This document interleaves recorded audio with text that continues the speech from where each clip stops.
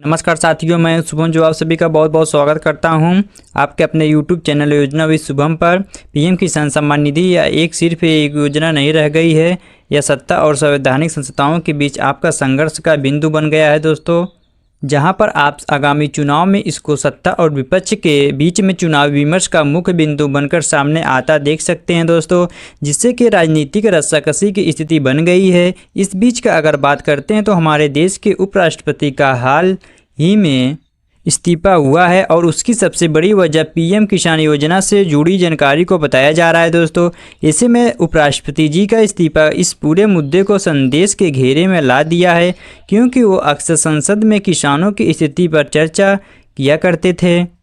खास तौर से पीएम किसान सम्मान निधि की राशि और प्रभाव को लेकर। तो आज की इस वीडियो में हम बात करने जा रहे हैं सारे कन्फ्यूजन और शंकाओं की जो पीएम किसान सम्मान निधि से जुड़ी हुई है। आखिर क्यों इतनी देरी हो रही है, आगे क्या हो सकता है और क्या योजना अब सियासी लड़ाई का मैदान बन चुका है दोस्तों।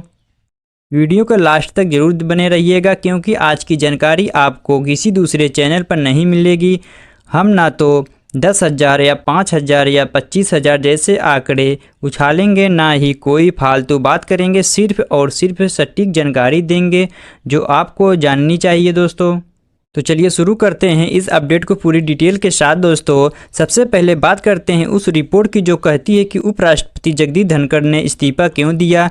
सरकारी बयान में इसे व्यवस्था कारण बताया गया, लेकिन राजनीतिक गलियों में कहा जा रहा है कि उन्होंने पीएम किसान योजना को लेकर जो सिफारिश की थी उसको नज़रअंदाज किया गया है। धनखड़ जी ने सदन में साफ कहा था कि सालाना 6,000 किसानों के लिए सम्मानजनक नहीं है और इस राशि को कम से कम 30,000 सालाना किया जाना चाहिए, यानी 5 गुना बढ़ोतरी होगी। यह मांगना सिर्फ अनसुनी की गई है, बल्कि इसके बाद उनके और सरकार के बीच मतभेद और गहरे हो गए हैं।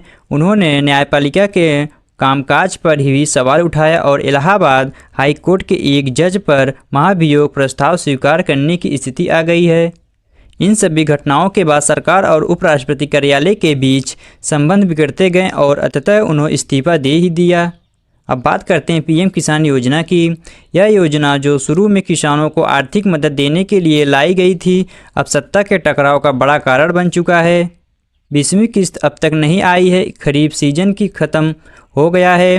विपक्ष इस पर बहस की मांग कर रहा है। प्रधानमंत्री विदेश दौरे पर हैं और संसद का अगला सत्र सोमवार को शुरू होने वाला है। ऐसे में ये मुद्दा अब संसद के फ्लोर पर जोर शोर से उठ सकता है दोस्तों। अब जानते हैं संभावनाएं क्या है। 5 गुना राशि वृद्धि की मांग फिलहाल नहीं मानी जाएगी, क्योंकि सरकार इसे आर्थिक रूप से व्यवहारिक नहीं मान रही है। किस्तों की संख्या बढ़ाई जा सकती है, 3 की बजाय 4 या 5 किस्त करके राशि को ज़्यादा व्यापक तरीके से बांटने का संकेत दिया जा सकता है। बिहार चुनाव को देखते हुए मामूली इजाफा संभव है, जैसे 6,000 की जगह 10,000 कर देना चाहिए। रिपैकेजिंग या रिब्रांडिंग संभव है, यानी योजना का नाम बदलकर उससे कुछ बदलाव करके नए रूप में पेश करना चाहिए। अब बात करते हैं चुनौतियों की। विपक्ष श्रेय लेने की ओर में लगा है, इसलिए वह चाहेगा कि सरकार इस पर देरी कर ताकि वह इससे चुनावी मुद्दे बना सकें। वही सत्ता पक्ष अपनी नीति को कमज़ोर नहीं दिखाना चाहेगा, इसलिए वह सोच समझकर ही कोई कदम उठाएगा। तो निष्कर्ष ये निकलता है कि पीएम किसान सम्मान निधि अब सिर्फ एक योजना नहीं, बल्कि एक संवैधानिक और राजनीतिक संघर्ष का प्रतीक बन चुका है दोस्तों। आप लोग परेशान ना हो, कोई डेट अभी तक सरकार ने ऑफिशियल रूप से नहीं जारी की है। जो लोग यूट्यूब या मीडिया में डेट बता रहे हैं वो सिर्फ अफवाह फैला रहे हैं।